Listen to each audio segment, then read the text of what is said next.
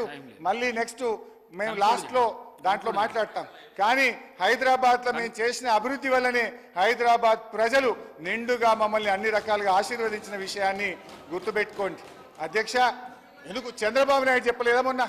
మొన్న ముఖ్యమంత్రిగా ప్రమాణ స్వీకారం చేసి ఎన్టీఆర్ ట్రస్ట్ భవన్లో మాట్లాడుతూ నేను అభివృద్ధి చేసిన, నా తర్వాత వచ్చిన కేసీఆర్ గారి ప్రభుత్వం హైదరాబాద్ను బాగా అభివృద్ధి చేసిందని చంద్రబాబు నాయుడు వీరి గురువు అన్నదేమో వీరి సహచరుడు కూడా చెప్పింది కదా అధ్యక్ష. ఇకపోతే 8 నెలల కాంగ్రెస్ పాలన చూసిన తర్వాత ఒకటి అనిపించింది అధ్యక్ష, నమ్మి నానబోస్తే పుచ్చి బుర్రలైనట్లున్నది అధ్యక్ష వీళ్ళ పాలన.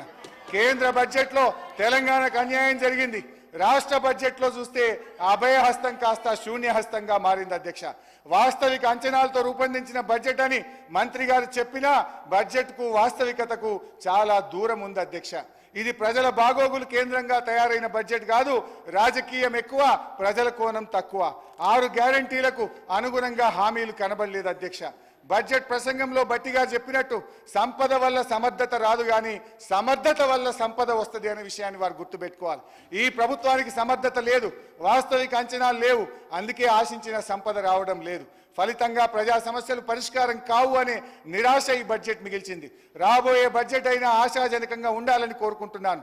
ఇక నుంచి అయినా ఈ ప్రభుత్వం రాజకీయాలు కేంద్రంగా కాకుండా ప్రజలు కేంద్రంగా ఆలోచించే సద్బుద్ధిని ఆ భగవంతుడు ఈ ప్రభుత్వానికి ప్రసాదించాలని కోరుకుంటూ నమస్కారం. రామ్మోహన్ రెడ్డి గారు. అధ్యక్ష,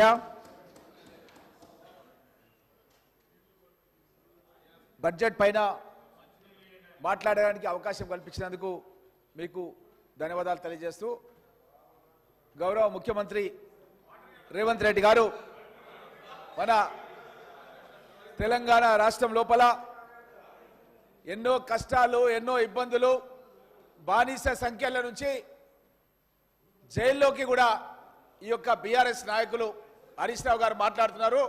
మా నాయకుడిని జైల్లో పెడితే కూడా తెలంగాణలో ఉన్న ప్రజలకు ధైర్యం నూరిపోసి వరి పంట వేస్తే ఉరేసుకోవాలని కేసీఆర్ ఆ రోజు మాట్లాడితే నువ్వు నీ ఫామ్ హౌస్ లోనే వరి పంట పండిస్తున్నావని డ్రోన్ కెమెరాలు పెట్టి వీడియో తీపించి రైతాంగానికి బాసటగా ఉండి ఆ రోజు పిసిసి అధ్యక్షుడిగా తెలంగాణ రాష్ట్రం లోపల కాంగ్రెస్ ప్రభుత్వం రావడానికి కృషి చేసిన వ్యక్తి.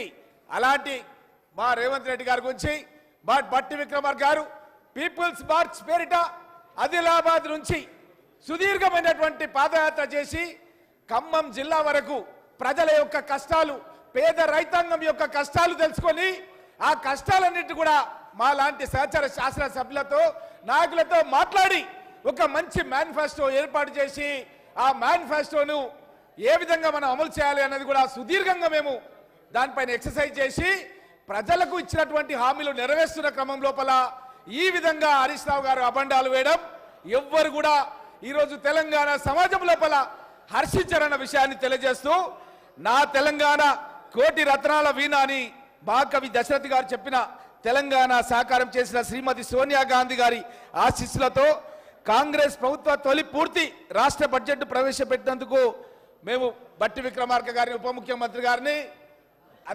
ధన్యవాదాలు తెలియజేస్తూ, ప్రత్యేక తెలంగాణ రాష్ట్రం ఏర్పడితేనే తమ కలలు సకారం అవుతాయని తెలంగాణ ప్రజలు ప్రాణాలకు సైతం ఒడ్డి సుదీర్ఘకాలం ఉద్యమించారు. ఈ ఉద్యమాల తీవ్రత, వెనుకబడ్డ తెలంగాణ ప్రజల ఆవేదనను గుర్తించి కాంగ్రెస్ నేతృత్వంలోని యూపీఏ ప్రభుత్వం తెలంగాణ ప్రజలకు ప్రత్యేక రాష్ట్రాన్ని ఏర్పాటు చేశారు. తెలంగాణ రాష్ట్రం ఏర్పడిన తర్వాత గత దశాబ్ద కాలంలో రాష్ట్ర పురోభివృద్ధి ఆశించిన మేరకు జరగలేదు. తెలంగాణ రాష్ట్రాన్ని బంగారు తెలంగాణ మారుస్తామని ఒట్టి ఉత్తర కుమార ప్రగల్భాలు పలికినటువంటి గత ప్రభుత్వ పాలకులు అన్ని రంగాల్లో పూర్తిగా వైఫల్యం చెందారు. పురోభివృద్ధి అటుంచి రాష్ట్ర ప్రజల సంక్షేమం సన్నగిల్లింది, అభివృద్ధి అంటగంటింది, రాష్ట్రం అప్పుల పాలైంది. అదేవిధంగా ఇలాంటి పరిస్థితుల లోపల మా ఉప ముఖ్యమంత్రి బట్టి విక్రమార్క గారు ప్రజల యొక్క కష్టాలు తెలుసుకొని ఒక మంచి బడ్జెట్ని, మొత్తం బడ్జెట్ 2,91,155 కోట్ల రూపాయలతో, రెవెన్యూ వ్యయం 2,20,954 కోట్లు, మూలధన వ్యయం 33,487 కోట్లు.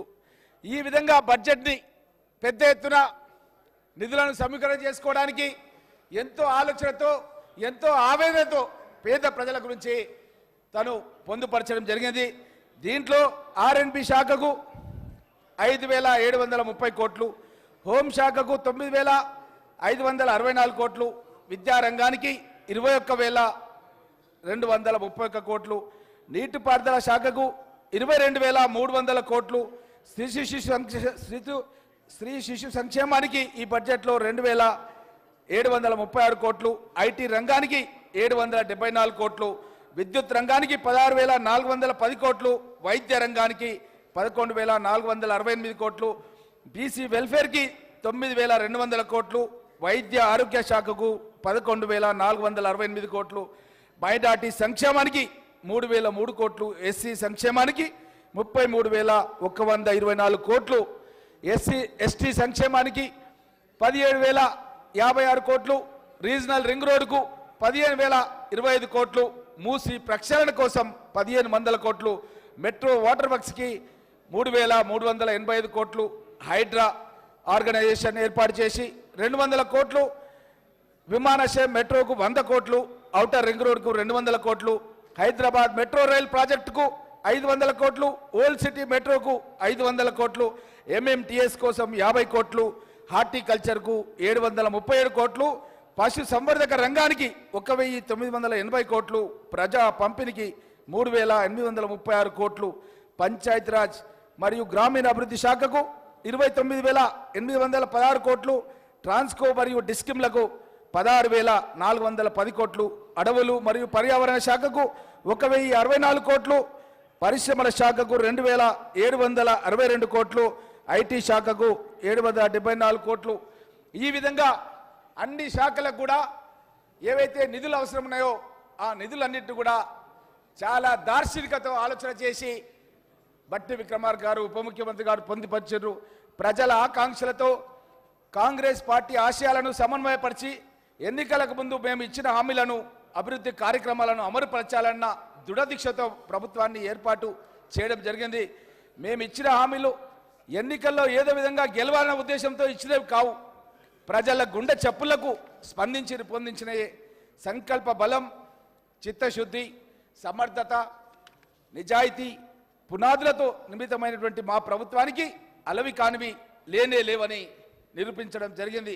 ఇందులో తొలిపెట్టుగా రాష్ట్ర మహిళలందరికీ కూడా ఇప్పటికే మహాలక్ష్మి పథకం కింద ఉచిత ఆర్టీసీ బస్సులో ప్రయాణం కల్పించడం జరిగింది. సమాజంలో సగభాగమైనటువంటి మహిళలకు ఆర్టీసీ బస్సులో ప్రయాణం అంటే వాళ్ళు ఎంత సంతోషంగా ఉన్నారంటే అధ్యక్ష, వాళ్ళ సొంత ఊరికి వెళ్ళి వాళ్ళ తల్లిదండ్రులను కలవాలన్నా, వాళ్ళ పిల్లలు